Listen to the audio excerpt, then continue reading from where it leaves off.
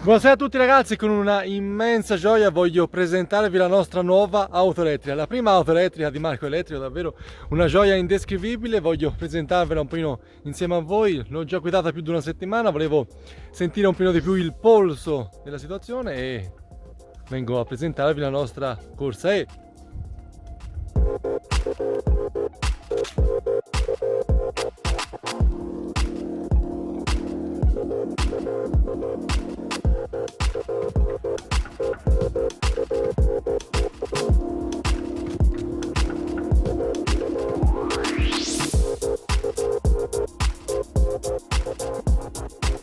Questo ragazzi è quello che vedete dalla postazione di guida, con i due schermi, quello davanti al volante e quello da 10 pollici dell'infotainment. In questo momento c'è la luce.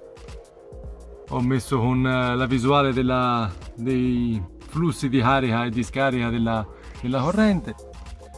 Questo è il selettore di marcia, che è una figata pazzesca perché poi vi aiuta anche a gestire quello che è il freno rigenerativo. Ed è davvero un gran bel mezzo. Come vi dicevo anche nel video che si parlava ormai più di 10 mesi fa tra la Opel Corsa e la 208 e poi la medesima cosa in questo caso. Voi siete più alti di me o alti quanto me, dietro lasciate perdere, io sono 1,94 e non ci si entra ragazzi, dietro non ci si entra, però vi posso assicurare davanti ci si sta da 10 Ora andremo a vedere un po' la postazione sul davanti. Dietro no, dietro è un po' un problema, anche se ora ho pelli corti, ma è un po' un problema. Vi dicevo invece sul davanti c'è lo spazio giusto, ma io non mi accorgo nemmeno, ci sono un dito e mezzo, 2 dita per toccare al soffitto. Non so se magari ci avrei anche ulteriore spazio per discendere col sedile. E poi non so bene se è una vettura non con il tetto panoramico ha la possibilità di essere più alta, credo di sì. Come dicevo, però il tetto panoramico è una chicchina pazzesca perché vi permette davvero di avere una visione notturna molto ampia e poi vi permette davvero di avere più luce all'interno. È una cosa meravigliosa.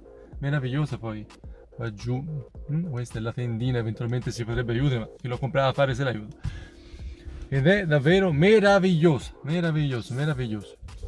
Naturalmente, come vi dicevo, sono già più di una settimana nella possiedo. Da venerdì della settimana non questa, quella passata, abbiamo realizzato 828 km, prettamente mantenendo quello che era l'utilizzo che avevamo precedentemente con la vettura termica.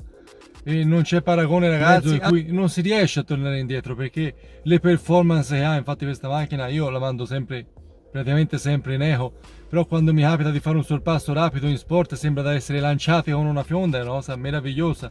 Poi davvero oltre le performance, la silenziosità, davvero la prestanza abbiamo con il mezzo, la capacità di sterzare perché è una vettura che è abbastanza pesa naturalmente, con tutto il peso nella parte bassa del pianale, quindi è proprio piantata a terra e quindi la sentite davvero sicura. E poi ragazzi ha il cruise control adattivo con il lane assist e ragazzi ha una guida autonoma di livello 2 pazzesca, praticamente guida da sola. Voi andate in superstrada, inserite il cruise control adattivo, quindi impostate la velocità, tenete premuto il lane assist e lei praticamente guida da sola. Dovete tenere le mani sul volante naturalmente perché la legge non permette, meno male mi viene da dire perché un po' di paura mi viene anche a me, non sono ancora abituato al 100%. Dovete sempre tenere le mani sul volante e stare comunque sia attenti, ci mancherebbe altro. Ma davvero la vettura, se voi siete in una serata un po' più stanca, volete essere un po' più sicuri, magari è buio, non lo so, e un po' di stanchezza può capitare, questo davvero è un aiuto alla guida che è meraviglioso perché vi permette di tornare a casa sicuramente in tranquillità, non vi addormentate, anche perché la vettura se non vi avverte all'inizio rallenta, poi si ferma e mette le 4 frecce, che a casa non tornate. Ma è davvero meravigliosa. E poi naturalmente quello che ha questa vettura, come tutte le vetture elettriche, ha un freno rigenerativo pazzesco. Questa vettura ha due modalità di freno rigenerativo, uno più blando, naturalmente mettendola in D, e in B invece abbiamo una rigenerazione molto più potente, ed è veramente potente. C'è un segondino da gestire quando è il momento di rilasciare quello dell'acceleratore per fare frenare la vettura, per non rischiare di andare a toccare anche quello del freno fisico. Però una postilla che io mi sono accorto nella guida di questi 7-8 giorni, la vettura si lascia una piccola parte di freno rigenerativo da attivare con il freno, diciamo, con il pedale del freno. Questo perché mi sono accorto in quello che è il grafico, ora lo inquadro. Questo è il grafico di cui parlavo. Come vedete ci sono Eco, Charge e Power. Power quando andate un po' a, diciamo, a intervenire un pochino più cattivi sull'acceleratore. Qui su Eco vedrete c'è una barra, questa qui, che diventa verde a salire, per quanto aumenta quello che è il consumo della vettura. Più andate a premere sull'acceleratore più che questa, o magari c'è una salita, ci mancherebbe. Questa schermatina qui aumenta il verde. Dalla parte di qua Charge, che parte da questa parte qui, quando andate a fare una frenata, può essere per la discesa, per una frenata, per uno stop e quant'altro, vedete qua c'è una righettina blu che va a salire. Però la vettura, per me, idea mia naturalmente, siccome quando andate a fare anche una frenata rigenerativa un pochino più importante, arriva al massimo a qua a mezzo, po' più di mezzo. Quando andate a intervenire su quello che è il pedale del freno, vedete che arriva fino in fondo e andrà a toccare in cima. Per idea mia naturalmente, quando diventerà tutto blu intervenendo quello che è il freno, allora quando arriverà in fondo interverrà quello che è davvero il freno fisico della vettura. Però per quello mi sono reso conto in questa settimana e la possiedo, quando voi andate a intervenire con il freno rigenerativo senza toccare naturalmente i pedali né niente, non arriva fino in fondo, arriva poco più di mezzo nelle frenate un po' più importanti. Il restante lo fa premendo quello che è il pedale, quindi a parere mio, ci mancherebbe altro, diciamo questa parte qua di emergenza se la riserva la vettura per quelli sono diciamo, gli interventi un po' più importanti con il pedale. E questa è un po' la schermata, come vedete qua ci sono i chilometri d'autonomia che ho in questo momento. Questo qui ti fa capire la presa di ricarica dalla parte sinistra, quindi dalla parte mia di guida, e questo è il grafico della batteria. In questo momento insomma non sono tanto alto, ecco. Questo è il volante che praticamente riuscite a gestire quasi tutto, dal cruise control adattivo e limitatore di velocità. Questo è il riscaldamento del volante, e per sbaglio l'ho premuto e vi posso assicurare che è molto caldo e non era di certo neanche il periodo di farlo funzionare. Di qua ci sono l'assistente alla guida, poi andate a parlare un po' con quello è l'assistente della macchina, che è una voce un po' sinistra. Qua andate a gestire quelle sono, diciamo, la parte audio. Di parte fisica che cosa c'è a parte quello che avete visto con il volante?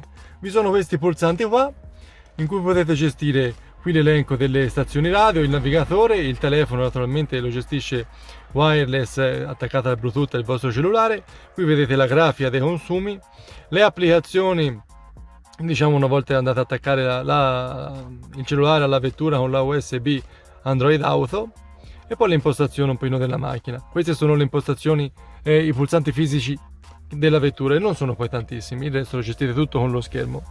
E poi vi è la parte bassa e vi è il climatizzatore, ma il climatizzatore che potete gestirlo anche per quanto riguarda dallo schermettino di bordo, e quindi è comodo in entrambi i casi, e per me hanno fatto bene a farlo in questa maniera, perché magari uno non si può distrarre più di tanto a premere e tanto ha già in mente dove sono i vari pulsanti, comunque sia va a premere, è abbastanza comodo, mi piace. E qui vi è la postazione per la ricarica wireless del cellulare. Tra un po' non gli farà posto perché non è tanto carico la vettura, e queste siamo noi e la vettura, ed è un qualcosa di meraviglioso, non tenere mai indietro. A parte la C3 che avevo prima non riuscivo a sopportarla, però questo è un mezzo strepitoso, non si può tornare indietro da una scelta del genere, è troppo confortevole, troppo silenziosa, è migliore in tutti i campi, è un qualcosa davvero a tutti consiglio di andare a provare alla prima concessionaria possibile e immaginabile la vostra vettura, andate a provarla ragazzi, non tornate più indietro e date retta al sottoscritto, è un mondo meraviglioso. Queste sono le sedute al posteriore e abbiamo anche due prese USB per poter ricaricare i nostri device. Al posteriore abbiamo anche gli attacchi per quelle che sono le sedute dei bimbi, quindi cosa importante per tutti coloro che hanno figli, e sono anche semplici da trovare. Oltre al fatto, come vedete, ci sono i segnali dell'Isofix. Poi andate ad aprire, quella è la cerniera, e li trovate comodamente qua dietro, quindi credo sia davvero molto comodo. E poi abbiamo anche il bagagliaio, e naturalmente, ragazzi, si parla di un mezzo di poco più di 4 metri, non è enorme, ma non è neanche piccolo, perché come vedete io ho già un sacchetto, questa busta dei vestiti, questa busta è la busta della presa spiralata trifase, faccio vedere, che questa la utilizzo per le colonnine dell'Enel. Il kit di pronto soccorso ti viene dato, almeno ci è venuto consegnato dalla concessionaria, e qua sotto il kit di gonfiaggio delle gomme. Naturalmente non si trova più il ruotino, peccato, a me piaceva l'idea, ma insomma io non mi rammarico. Per me è molto capiente, per me e mia moglie va benissimo. Ora quando si crescerà come famiglia si starà a vedere. Ed infine noi abbiamo puntato per quelli che sono i cerchi da 16 pollici rispetto ai cerchi da 17, e devo dire sono veramente molto belli anche questi. Io, ragazzi, spero davvero che la nostra vettura vi sia piaciuta. A me mi piace da paura, e vi farò vedere, come dicevamo, nel prossimo futuro quello che vuol dire avere una vettura elettrica, quello che vuol dire la gestione, diciamo anche economica, di un mezzo del genere, cosa vuol dire davvero cambiare paradigma di vita e entrare davvero nel mondo a zero emissioni, un mondo meraviglioso, un mondo davvero senza rumori eccessivi, senza davvero... È un mondo più rilassante, più piacevole, e vedrete che non tornerete più indietro e darete retta al sottoscritto, e una volta avrete un mezzo, non per forza questo, ma un mezzo elettrico, difficilmente tornerete a quello che era la precedenza. E quindi, ragazzi, io dalla Toscana, dal Chianti precisamente, un brindisi alla nuova venuta, un brindisi a voi, un brindisi e un grazie per essere davvero sempre più numerose, e alla prossima. Ciao!